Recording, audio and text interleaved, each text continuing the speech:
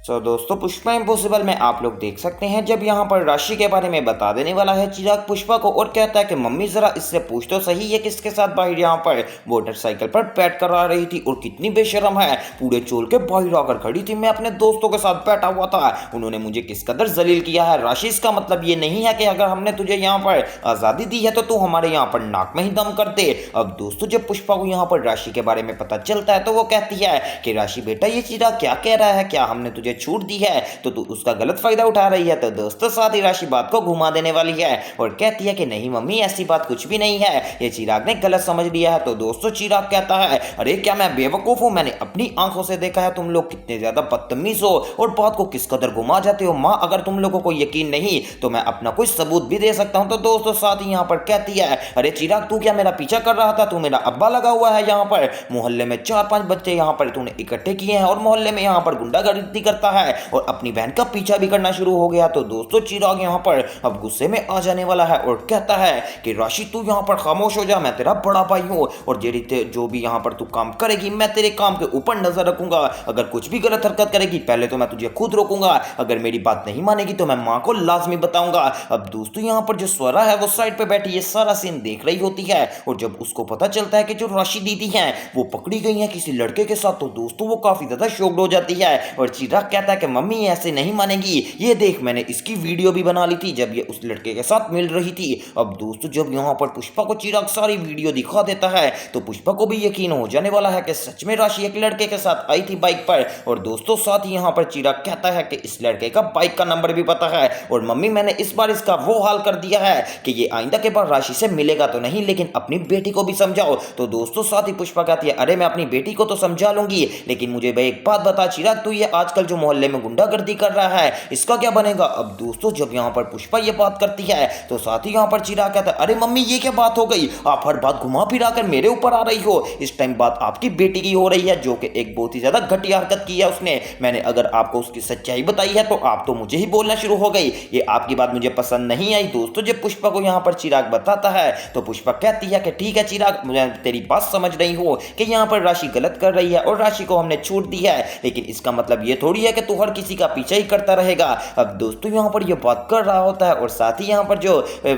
राशि है वो कहती है कि हाँ मम्मी बिल्कुल ठीक कह रही हैं, वो तो चलो मैं मान लेती हूँ मेरा दोस्त है, तो तुम मेरा पीछा क्यों कर रहे थे और तुमने ये किसकी इजाजत से वीडियो बनाई है। अब दोस्तों, यहाँ पर ये बात हो रही थी कि साथ ही यहाँ पर स्वरा कहती है राशि दीदी ये लड़का कौन है, लगता आपका बॉयफ्रेंड है या फिर शादी करने का प्लान है। दोस्तों, स्वरा जब ये बात करती है तो राशि कहती है कि स्वरा अपनी बकवास बंद करो और यहाँ से दफा हो जाओ। तो दोस्तों, साथ ही स्वरा कहती है ओ सॉरी मम्मी, मैं भूल गई थी कि मैं तो आप लोगों की अपनी नहीं हूँ बल्कि मैं तो बेगानी हूँ। और दोस्तों, ये बात करके यहाँ से स्वरा तो बाहर चले जाने वाली है लेकिन चोल के अंदर कमरे में एक तमाशा सा लग जाने वाला है। पुष्पा को चाहिए था कि वो राशि को समझाए लेकिन पता है ना कि राशि आजकल कमाई कर रही है और घर में पैसे देती है तो इसलिए यहाँ पर माँ उस बच्चे को नहीं बोलती जो कि कमाई करके देता हो। अब दोस्तों, यहाँ पर जब राशि इस बात में यहाँ पर बोल पड़ती है तो पुष्पा उसको नहीं समझाती बल्कि उल्टा चिराग को कहना शुरू हो जाती है। तो चिराग कहता है कि माँ इस घर में तो मेरी कोई इज्जत ही नहीं, मैं तो आपको बताने आया था लेकिन कोई बात नहीं, अगर आपने मेरी बात पर यकीन नहीं करना तो इसमें कोई मसला नहीं है, मैं अपनी बात यहाँ पर मनवा लूंगा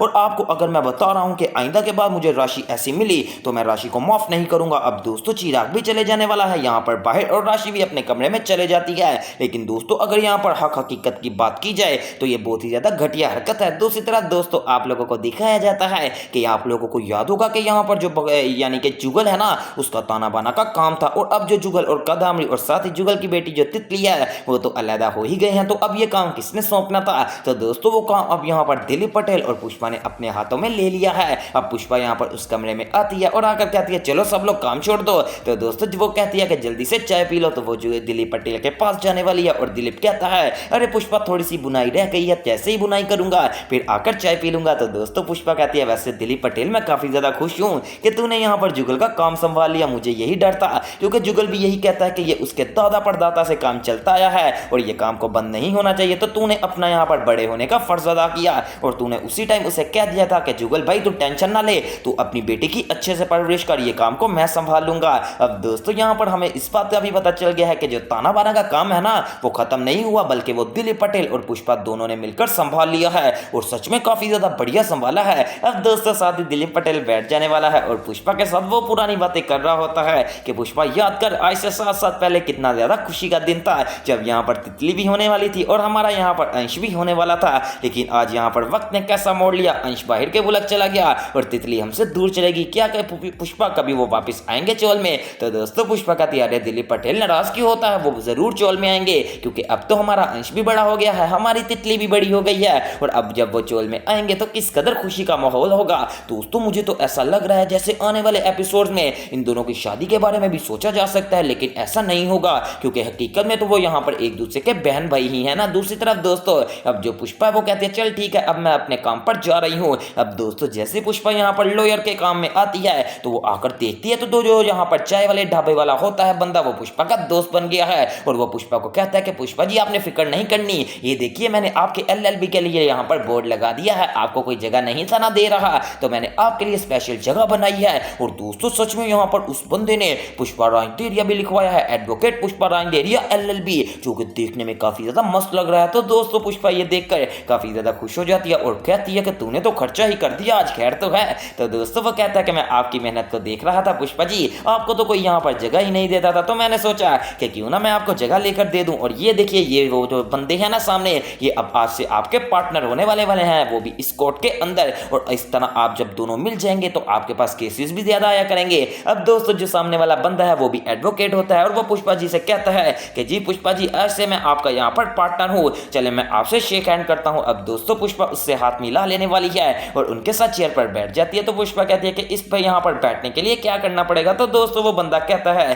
कि कुछ नहीं पुष्पा जी बस आपको किराया देना पड़ेगा। तो पुष्पा कहती है ये नटखट तूने क्या ये किराए पर लिया है? तो दोस्तों वो कहता है और पुष्पा जी क्या ये मेरे पापा की जगह है, मुझे यहाँ पर किराए पर ही मिली थी। तो दोस्तों पुष्पा कहती है चलो कोई बात नहीं, कम से कम हमें बैठने की जगह तो मिल गई। अब दोस्तों पुष्पा वहाँ पर बैठ जाने वाली है और उनसे अच्छी खासी बातें कर रही होती है और कहती है कि आप बताइए आप किस किस्म के केस लड़ते हैं? तो दोस्तों वो अपने बारे में बताने वाला है और पुष्पा जी से पूछता है आप कितने केस लड़ी हैं और कितने जीती हैं और कितने हारी हैं? तो दोस्तों पुष्पा कहती है कि अभी तो मेरा स्टार्टअप है, मैं तकरीबन 24 केस लड़ चुकी हूँ, लेकिन यहाँ पर बदकिस्मती से 24 के 24 हार गई हूँ, लेकिन अब मुझे पूरा यकीन है मुझे अपनी जगह मिल गई है ना, तो अब मैं सारे केस जीता करूंगी। अब दोस्तों यहाँ पर पुष्पा और उस बंदे की अच्छी खासी म्यूचुअल अंडरस्टैंडिंग हो जाने वाली है, जो कि देखकर काफी ज्यादा बढ़िया लगा है। और मुझे ये सब देखकर एक बात की समझ आ गई है, बंदा मेहनत करता रहे तो कभी भी पीछे नहीं रह सकता। अब दोस्तों यहाँ पर वो आपस में बात कर रहे होते हैं और पुष्पा कहती है अब जो भी केस आएगा ना हम उसको यहाँ पर इकट्ठे लड़ा करेंगे, लेकिन आपने मुझे किराया नहीं बताया। तो दोस्तों वो बंदा अब पुष्पा रांदेरिया को